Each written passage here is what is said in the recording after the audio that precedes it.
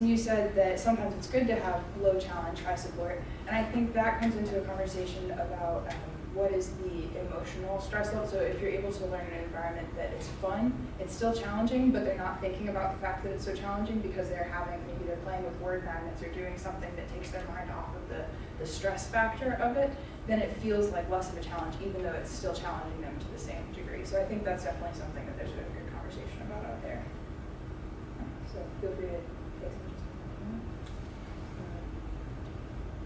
So, actually, I don't know if you noticed our leaning tower of Pisa here. That is a joke on scaffolding and tilt. She worked hard to get that. Right.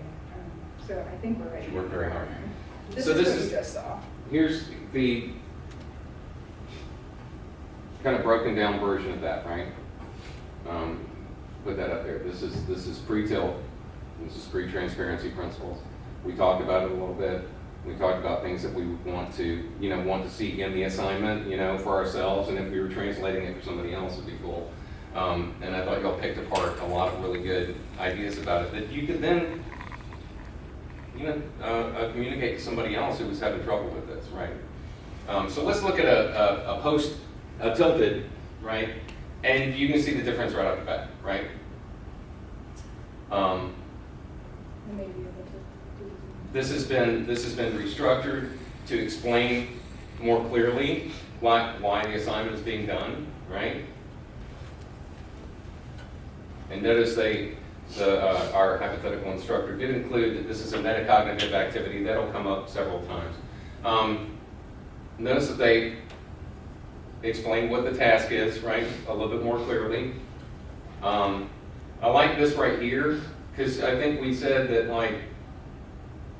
a topic that relates to your life, things like that, that was kind of vague, right? So this has been clarified for us, and then they do mention the criteria for success there.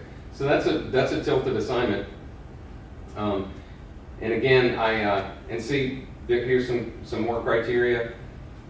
Provide an answer to all the questions. Provide feedback to a class. Now, I would still, to be honest, if I were writing this up myself, I would still be more specific about the mechanics of the assignment. Nothing's perfect, right? Like you pointed out, I would put the mechanics in there in a bullet point list. I go, I expect it to be an APA or whatever. It should be this many pages, etc. But this is a lot more transparent than the other one. And again, like I pointed out, the other one, not a horrible assignment. Most of us have either been given one or seen one, right? That's kind of like that. But this is a lot clearer, I would say, particularly with purpose and task for what the student should be expected to do. Right? Let's hope you see a lot of those one day. So now we'll talk a little bit about the Writing Fellows program. So like Dr. Shimka said, we are embedded tutors. It's not quite like we're not sitting in every single class session, but we are kind of the middleman between the instructors and the students to some degree. Now, we don't want to be the only person that they talk to about things. We want them to talk to their instructors. Sometimes they have, for instance, any students who are like, oh, I don't know how to go about this psychology assignment. It's a big block of text. Sometimes they're kind of embarrassed to come up to their instructor and say, hey, I don't know what to get out of this. So they want someone they can talk to first.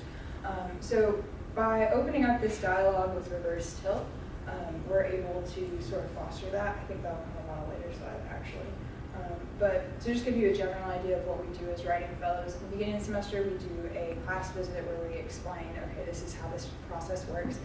We do a writing process walkthrough, which is, we made a Prezi where we talk about the different stages to, you don't have to do your first word first, last word last, things like that, how to structure and, stage it for yourself so that you're not doing too much work at once and still have time to revise. And most recently added to that is this great article, you can look it up, Madman, Architect, Carpenter, Judge. It's a way to look at your writing process as in you put yourself in different roles as you go. So Betty Flowers wrote an article on that. You can check it out if you're interested. We also do a group brainstorming session, and that's where the reverse tilt workshop usually takes place. We'll have a brainstorm after we've gone through and reverse tilted as a class. I'll show you some pictures later where I've done that. And this is good. This will illustrate what we're doing. I'm going to jump in and add one thing. One of the things that we really like about using the tilt principles and that we want to get across to you is So I mentioned the context that Tilt was originally for the instructors, right? I mean, not for the instructors, but it was aimed at, let's have more transparent assignments, right? On the UNLV website, there's also a student checklist. It's kind of look for it. So it's implied, students could use these principles for themselves, right? One of the reasons we like talking to you and we like using them for ourselves is you have this third area, right? You're somewhere between the instructors and the students, right? So that was something that wasn't made explicit. Like, how can we use this? And I will tell you this after a lot of teaching and talking to students about other professors and stuff, that like, it would be awesome if every student had the confidence to go to the instructor and say, your assignment is a little bit sketchy, can you tell me the task purpose? That doesn't happen. Okay, the professor has this perceived authority, and a lot of times where the student is just not going to do that, right? Now, my students don't have any problem, calling me out for a sketchy assignment, but that's them, right?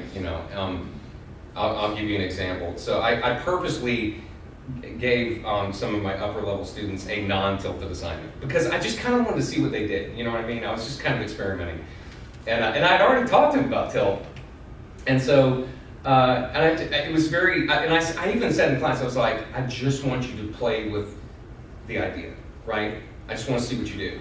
Well, some of the students were like, no, and so we actually had some sort of disaster in the building. I don't remember what it was. Somebody pulled a fire alarm because they didn't want to go to an exam or something. And so I'm leaving class. I'm like, well, we've been kicked out of the building. And one of my students is like, you need to tilt the assignment for me. And I get the text from her, right? And so I go, okay, for you, I'll do it. So I send her a long text. Here's the task. Another long task. Here's the purpose. Another shorter task. Here's the criteria. So she made me tilt it, right? That was Jennifer while she was writing. That was Jennifer. Yeah, it's one of our writing fellows. So, sometimes the students will have enough confidence to do that, but often no. Often, particularly like I said, like first year students. A lot of the stuff is new to them. A lot of the conventions of college are new. They're not going to go back to the professor and go, hey, can you break this all down for me, right? So that's sort of where we come in, right? And where you come in, where you can translate this. You can be in between. You can mediate between sort of the academies and what the student needs to know to complete the assignment. So I just wanted to let you know that's one of the reasons we really like it.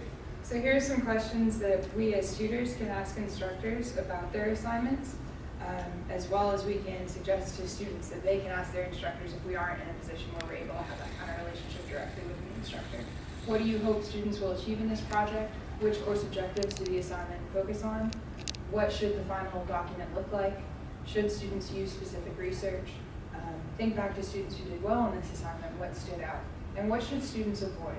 And this is something you can even generalize this a little bit further to how do you think students have prepared for your tests in the past, be it math, be it Spanish, be it history?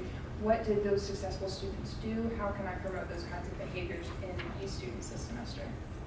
And as we assume successful students yourselves, you can use your own experience there too. A lot of times if the criteria for succeeding is not explicitly provided, you kind of know. Right, where your clients may not, right? So you'll have some experience with that. So, and we've touched on this already, but when students when students feel the prompt asks for 2 or more assignments in one, when the instructions blend more than one format or genre, when a second assignment sheet is needed to explain the first, I think that's Dr. Shimkus' personal anecdote. Or when the assignment seems vague or very open-ended or broad, like you guys said this one did in the beginning. Many students will panic with that. They think, this ocean is so big, I have no idea which direction to swim. So if we give them reverse tilt, then they get their sense of control back. They have more of an idea of what it is that they need to do. And the more you feel like you are in control of your classroom situation and how you're doing in that class, the more motivated you are, and the better you perform in that class. So some really good research on that by Paul Pinter, if you want to look it up. So reverse tilt also promotes reverse transfer, sometimes called backward transfer, which is when existing or prior knowledge is modified and reviewed in terms of its similarities to the new information. I'll give you an example of that. It's from what I've read, this is how I interpret this. So we were talking about this last night, and there's like And people will tell you there's 16 different types of transfer. I haven't memorized them, okay? But one of the things you want to avoid is what we call, and we'll talk about this in a minute, is negative transfer, right? So negative transfer occurs when I call a whale a fish. Okay, that's a very simple, right? Because why am I calling the whale a fish? Why would I do that?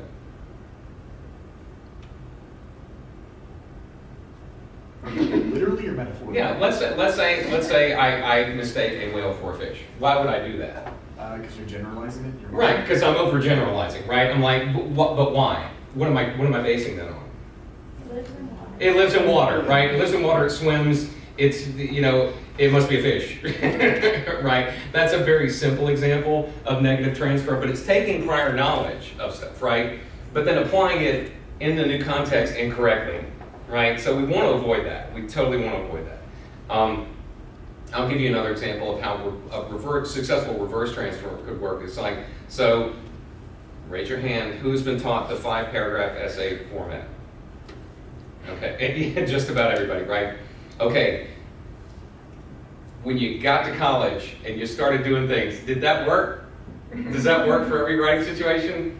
In 101, maybe. Maybe you could try to get away with it, right? But it just generally doesn't serve you after a certain point.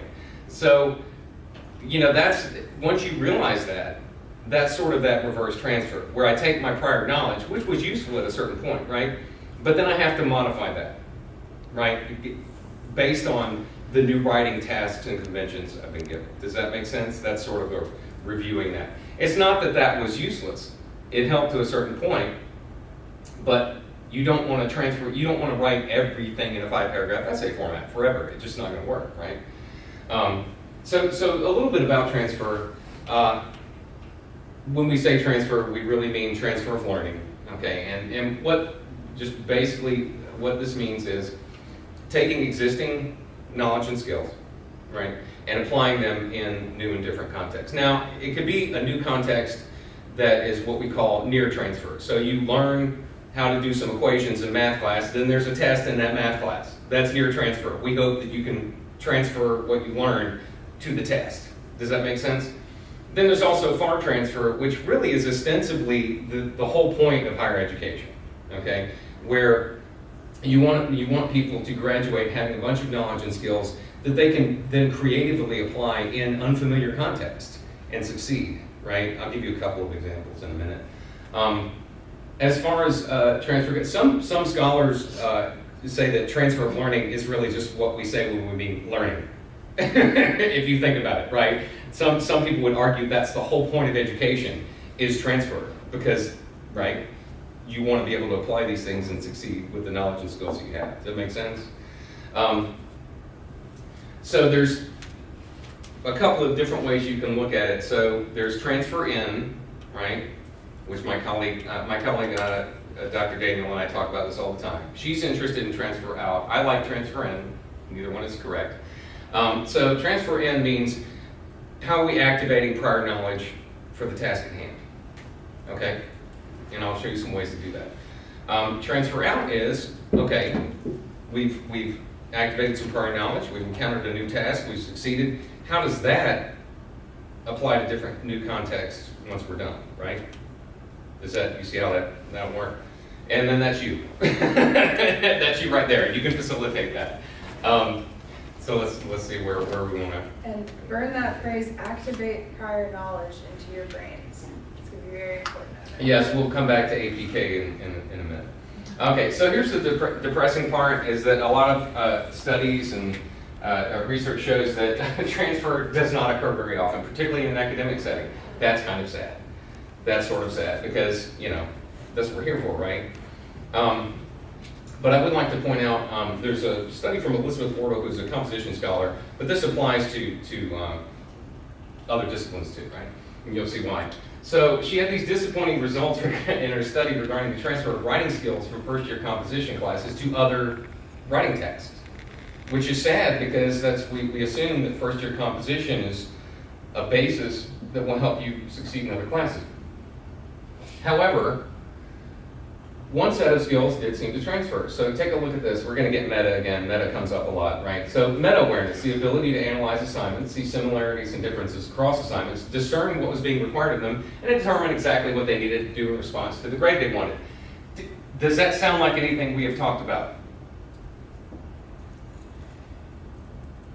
That skill set. That is precisely what we're talking about when we talk about TIL, right?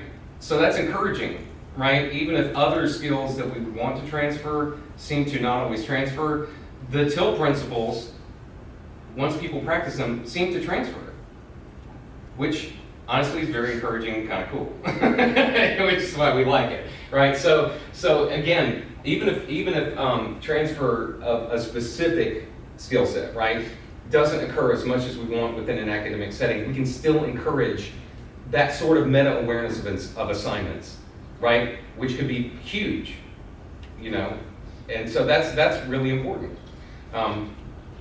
So think back to those buildings, the scaffolding imagery, and maybe you're thinking, okay, biology, that's one building, that stands by itself. And then over there is the chemistry building.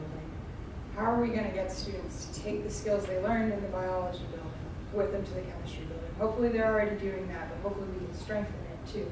So we don't want them to exit that building completely to get across the way. That's going to take longer, right? It's going to mean they forget some of the stuff over the semester break, etc.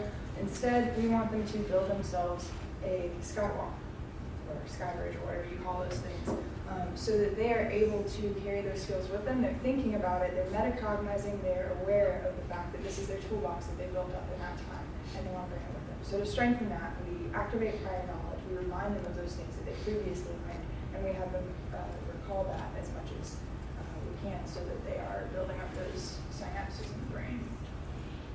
So an activity, and then we'll do a brief bathroom break. Yeah, we'll have a brief break, and so if you want to, go ahead, Shay, you can Got it. explain this one. I was wondering, what was the word used to talk about analyzing assignments? It was meta. The meta awareness, Meta yeah, and awareness. which we could also kind of equate to metacognition. How does that differ? How does meta awareness differ from just typical generalization, like taking one skill across? I'll tell you how. so that's a good question, right? And some people like to. So we actually talked about this.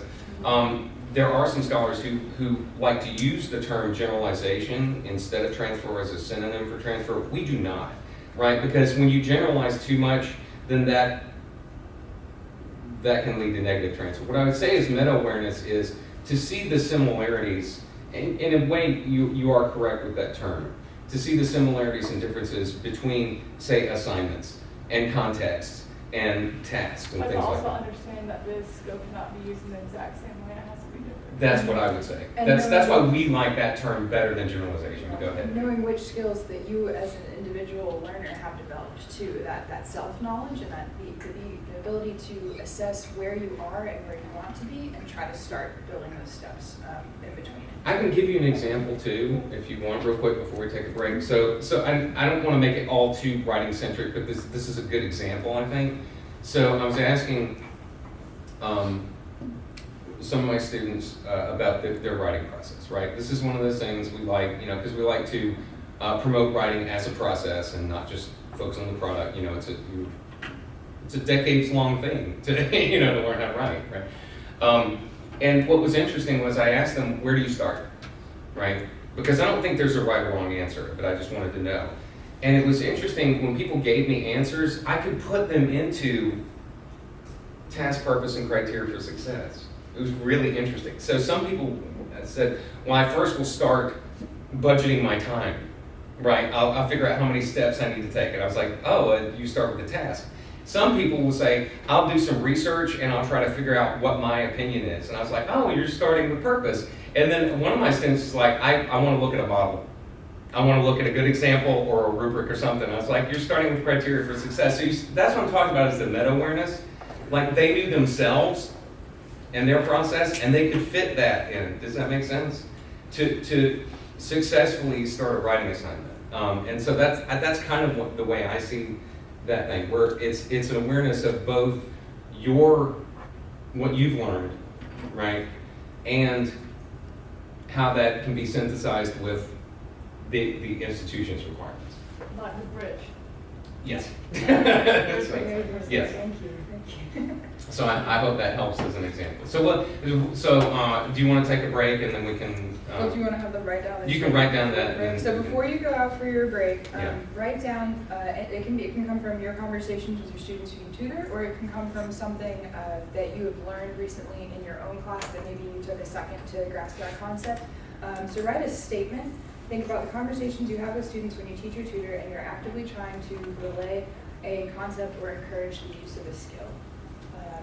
You could write 1, 2, however. Yeah, you know, many, just 2 or more would be good. statements you make are Just some typical lines of dialogue that you might use when you're talking to somebody. To avoid a comma splice, try a semicolon. Right, just anything like that.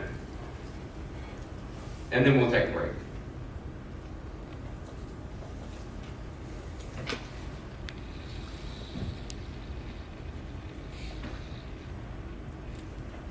Oh, and let's do that on the sticky notes, sorry. Yeah, that's fine. Sorry, we put those on the sticky notes and then. We're thinking maybe yellow for the statements, and then we'll do something else with the other color ones later, but it doesn't matter too much what color it is.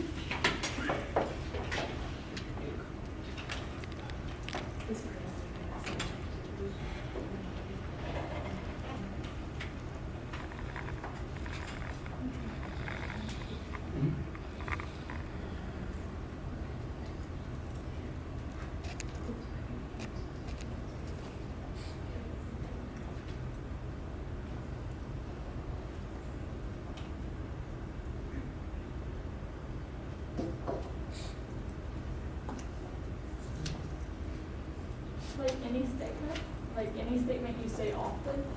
Yeah, that might come up when you're working with a client. You're welcome to come up with a few if you're worried about the Yeah. one.